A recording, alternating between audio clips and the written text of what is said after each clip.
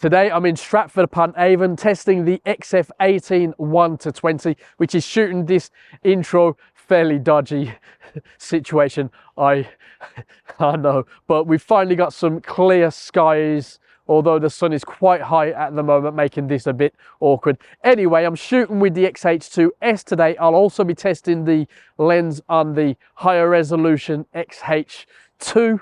There's going to be a lot of random samples. Hopefully we can have a good play with that power zoom. It's more interesting than you possibly thought. I'm definitely impressed with the lens so far, and I'm just, you know, part way through day one of proper hands-on testing. This is not a cheapo for the faint-hearted.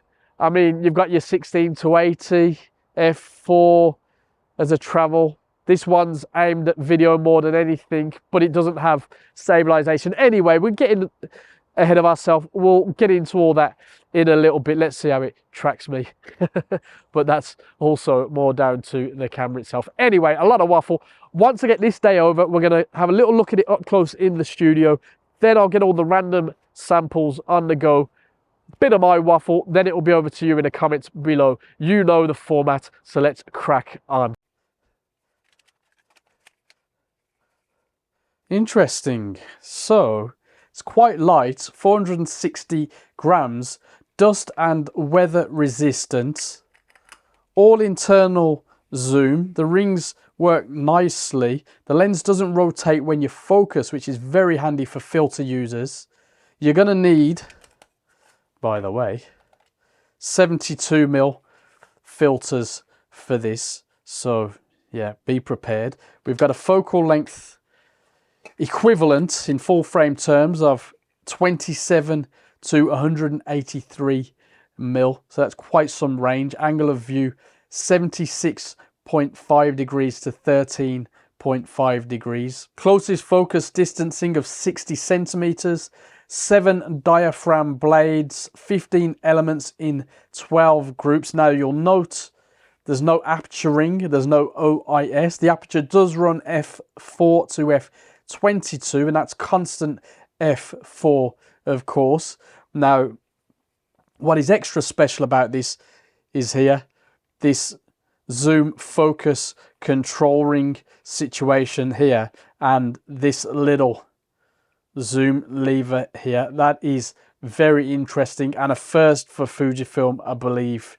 Let's see how this power zoom thing works in the real world, because of course power zoom often makes people sort of feel, oh, it's going to be a bit cheap and nasty. But remember, this is an XF lens, and although it is plasticky, light, beer can shaped, as Big Head Taco said, I think this could be an interesting one, especially for video shooters, hybrid shooters, some travel shooters. Let's get out and about and see if the British weather holds out for me, to be fair.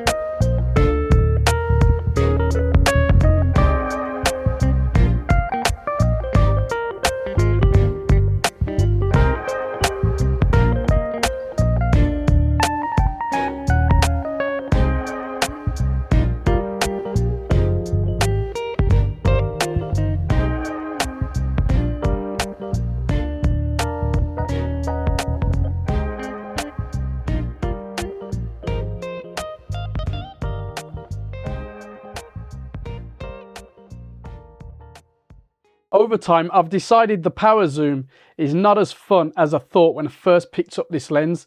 The zoom buttons take a little getting used to and might be tricky for our faster fingered friends.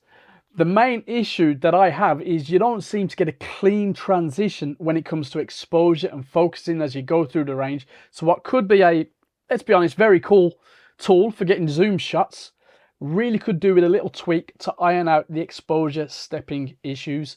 You can manually zoom in and out using the zoom ring when it's powered up, of course, which is obviously much faster.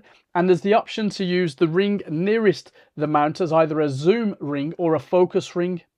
While we're at it, as you can see, it's pretty cool that you can see the zoom value on the screen. Most importantly, the lens is said to be parfocal, but I think it's a little off. But yes, when it comes to the zoom, like the focusing, it's all internal. Autofocus in both video and stills is fast, spot on, and basically silent. And you'll probably get some idea how it fares on the newer bodies in these clips taken with the H2.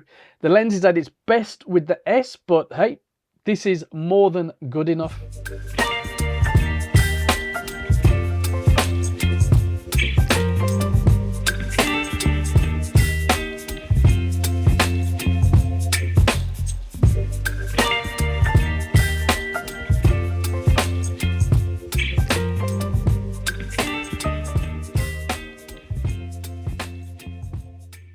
Overall, I find the image quality to be generally very good, and you wouldn't expect less from an XF lens, would you?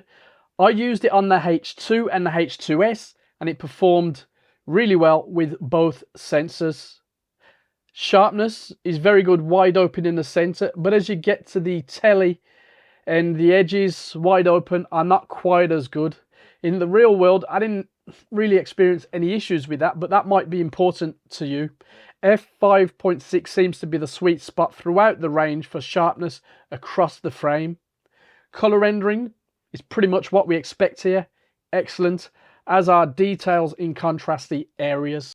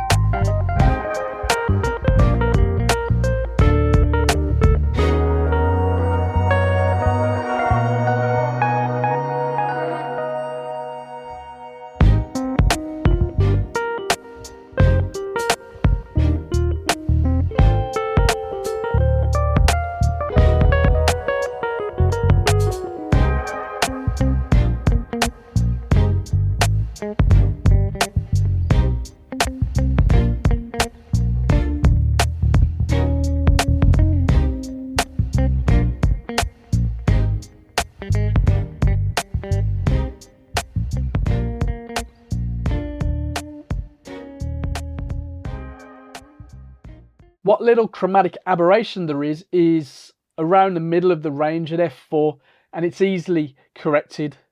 Distortion is minimal and actually fairly impressive at the wider focal lengths, and the same goes for vignetting too. Finally, bokeh. It's actually rather nice. Well done, Fujifilm. Considering this is a 6.7 times zoom, yep, very good in general.